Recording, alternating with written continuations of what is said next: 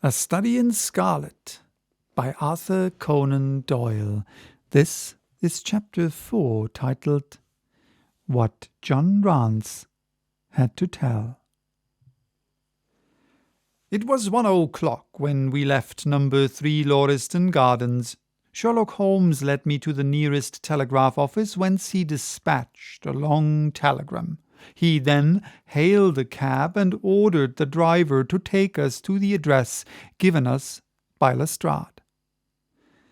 "There is nothing like first-hand evidence," he remarked. "As a matter of fact, my mind is entirely made up upon the case, but still we may as well learn all that is to be learned." "You amaze me, Holmes," said I. "Surely you are not as sure as you pretend to be of all those particulars which you gave?" "There's no room for a mistake," he answered. "The very first thing which I observed on arriving there was that a cab had made 2 ruts with its wheels close to the curb. Now, up to the last night we have had no rain for a week, so that those wheels which left such a deep impression must have been there during the night. There were the marks of the horse's hoofs too, the outline of one of which was far more clearly cut than that of the other 3, showing that that was a new shoe.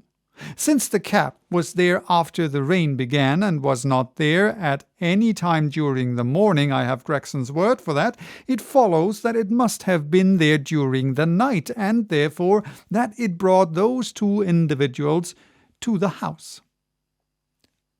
"That seems simple enough," said I. "But how about the other man's height?" "Why, the height of a man in 9 cases out of 10 can be told from the length of his stride. It is a simple calculation enough, though there is no use my boring you with figures. I had this fellow's stride both on the clay outside and on the dust within. Then I had a way of checking my calculation. When a man writes on a wall, his instinct leads him to write about the level of his own eyes. Now, that writing was just over 6 feet from the ground. It was child's play." "And his age?" I asked. "Well, if a man can stride 4.5 feet without the smallest effort, he can't be quite in the sere and yellow." "That was the breadth of a puddle on the garden walk which he had evidently walked across. Patent leather boots had gone round, and square toes had hopped over. There's no mystery about it at all. I am simply applying to ordinary life a few of those precepts of observation and deduction which I advocated in the article. Is there anything else that puzzles you?" "The fingernails and the trichinopoly," I suggested. "The writing on the wall was done with a man's forefinger dipped in blood. My glass allowed me to observe that the plaster was slightly scratched in doing it, which would not have been the case if the man's nail had been trimmed. I gathered up some scattered ash from the floor. It was dark in colour and flaky, such an ash as is only made by a trichinopoly. I have made a special study of cigar ashes. In fact, I have written a monograph upon the subject. I flatter myself that I can distinguish at a glance the ash of any known brand, either of cigar or of tobacco. It is just in such detail that the skilled detective differs from the Gregson and Lestrade type." "And the florid face?" I asked. That was a more daring shot, though I have no doubt that I was right. You must not ask me that at the present state of the affair." I passed my hand over my brow. My head is in a whirl," I remarked. "The more one thinks of it, the more mysterious it grows. How came these 2 men, if there were 2 men, into an empty house? What has become of the cabman who drove them? How could one man compel another to take poison? Where did the blood come from? What was the object of the murderer, since robbery had no part in it? How came the woman's ring there? Above all, why should the second man write up the German word Rache before decamping? I confess that I cannot see any possible way of reconciling all these facts." My companion smiled approvingly. "You sum up the difficulties of the situation succinctly and well," he said. "There is much that is still obscure, though I have quite made up my mind on the main facts. As to poor Lestrade's discovery, it was simply a blind intended to put the police upon a wrong track by suggesting socialism and secret societies. It was not done by a German.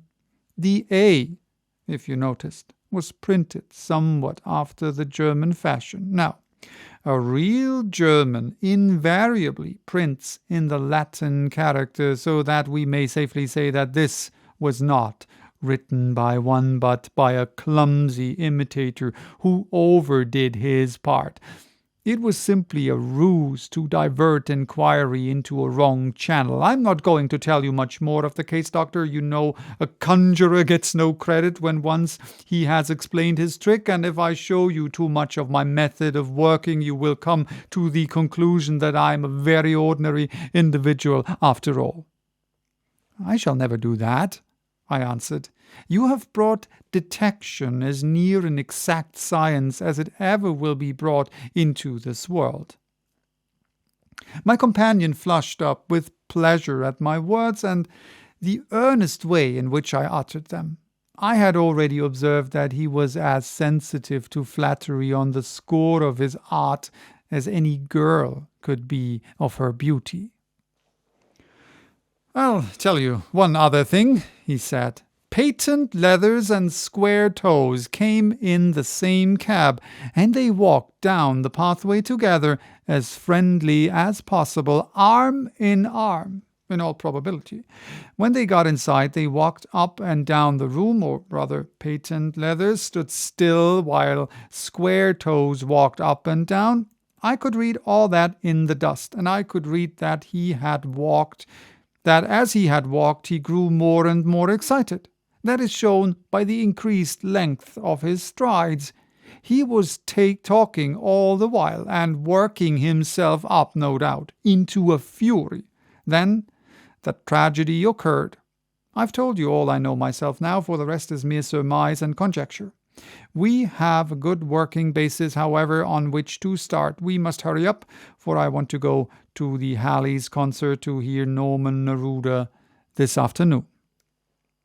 This conversation had occurred while our cab had been treading its way through a long succession of dingy streets and dreary byways. In the dingiest and dreariest of them, our driver suddenly came to a stand. "That's Audley Court in there," he said, pointing to a narrow slit in the line of dead-coloured brick. "You'll find me here when you come back." Audley Court was not an attractive locality. The narrow passage led us into a quadrangle paved with flags and lined by sordid dwellings. We picked our way among groups of dirty children and through lines of discoloured linen until we came to number 46, the door of which was decorated with a small slip of brass on which the name Rance was engraved. On inquiry, we found that the constable was in bed, and we were shown into a little front parlour to wait his coming. He appeared presently, looking a little irritable at being disturbed in his slumbers. "I made my report at the office," he said. Holmes took a half-sovereign from his pocket and played with it pensively. "We thought that we should like to hear it all from your own lips," he said. "I shall be most happy to tell you anything I can," the constable answered, with his eyes upon the little golden disc. "Just let us hear it all in your own way as it occurred." Rance sat down on the horsehair sofa and knitted his brows as though determined not to omit anything in his narrative.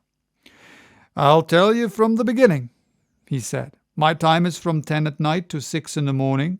At 11 there was a fight at the White Hart, but bar that all was quiet enough on the beat. At 1 o'clock it began to rain, and I met Harry Marcher, him who has the Great Grove beat, and we stood together at the corner of Henrietta Street a-talking. Presently, maybe about 2 or a little after, I thought it would I would take a look round and see that all was right down the Brixton Road. It was precious dirty and lonely. Not a soul did I meet all the way down, though a cab or two went past me. I was a-strolling down, thinking between ourselves how uncommon handy a 4 of gin hot would be, when suddenly the glint of a light caught my eye in the window of the same house. Now, I knew that them 2 houses in Lauriston Gardens was empty on account of him that owns them, who won't have the drains seen to, though the very last tenant what lived in one of them died o' typhoid fever. I was knocked all in a heap, therefore, at seeing a light in the window, and I suspected as something was wrong. When I got to the door—" "You stopped, and then walked back to the garden gate," my companion interrupted. "What did you do that for?" Rance gave a violent jump and stared at Sherlock Holmes with the utmost amazement upon his features. "Why, that's true, sir," he said, "though how you come to know, heaven only knows. You see, when I got up to the door, it was so still and so lonesome that I thought I'd be none the worse for some one with me. I ain't afeard of anything on this side o' the grave, but I thought that maybe it was him that died o' the typhoid, inspecting the drains what killed him. The thought gave me a kind of turn, and I walked back to the gate to see if I could see Murcher's lantern, but there was no sign of him, nor of anyone else." "There was no one in the street?" "Not a living soul, sir, nor as much as a dog. Then I pulled myself together and went back and pushed the door open. All was quiet inside, so I went into the room where the light was a-burning. There was a candle flickering on the mantelpiece, a red wax one, and by its light I saw—" "Yes, I know all that you saw. You walked round the room several times, and you knelt down by the body, and then you walked through the tried the kitchen door, and then—" John Rance sprang to his feet with a frightened face and suspicion in his eyes. "Where was you hid to see all that?" he cried. "It seems to me that you know a deal more than you should." Holmes laughed and threw his card across the table to the constable. "Don't get arresting me for the murders," he said. "I am one of the hounds, and not the wolf. Mr. Gregson and Mr. Lestrade will answer for that. Go on, though. What did you do next?" Rance resumed his seat without, however, losing his mystified expression. "I went back to the gate and sounded my whistle. That brought Murcher and 2 more to the spot." "Was the street empty then?" "Well, it was as far as anybody that could be of any good goes." "What do you mean?" The constable's features broadened into a grin. "I've seen many a drunk chap in my time," he said, "but never anyone so crying drunk as that cove. He was at the gate when I came out, a-leaning up agin the railings and a-singing at the pitch o' his lungs about Columbine's new-fangled banner or some such stuff. He couldn't stand far less help." "What sort of a man was he?" asked Sherlock Holmes. John Rance appeared to be somewhat irritated at this digression. "He was an uncommon drunk sort of man," he said. "He'd found hisself in the station if we hadn't been so took up." "His face, his dress, didn't you notice them?" Holmes broke in impatiently. "I should think I did notice them, seeing that I had to prop him up, me and Murcher between us. He was a long chap with a red face, the lower part muffled round." "That will do," cried Holmes. "What became of him?" "We'd enough to do with looking after him," the policeman said in an aggrieved voice. "I'll wager he found his way home all right." "How was he dressed?" "A brown overcoat." "Had he a whip in his hand?" "A whip? No." "He must have left it behind," muttered my companion. "You didn't happen to see or hear a cab after that?"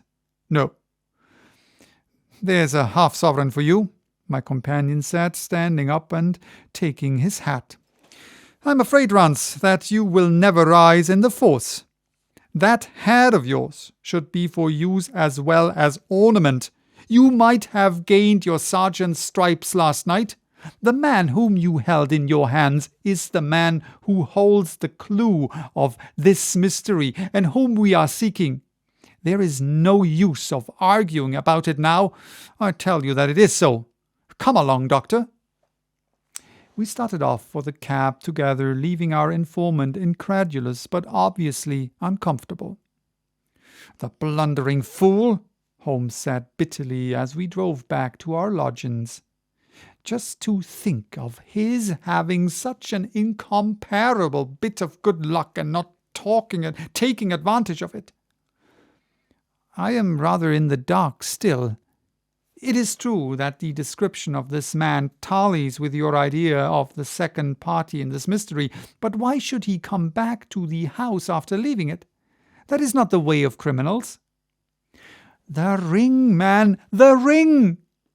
That was what he came back for. If we have no other way of catching him, we can always bait our line with the ring. I shall have him, Doctor. I'll lay you 2-1 that I have him. I must thank you for it all. I might not have gone but for you, and so have missed the finest study I have come across. A study in scarlet, eh? Why shouldn't we use a little art jargon? There's the scarlet thread of murder running through the colourless skein of life, and our duty is to unravel it and isolate it and expose every inch of it. And now for lunch, and then for Norman Neruda. Her attack and her bowing are splendid. What's that little thing of Chopin's she played so magnificently? Tra-la-la-li-ra-li-ra-lay." Leaning back in the cab, this amateur bloodhound carolled away like a lark, while I meditated upon the many-sidedness of the human mind. So, that was Chapter 4. Bye-bye till next time with Chapter 5, titled "Our Advertisement Brings a Visitor."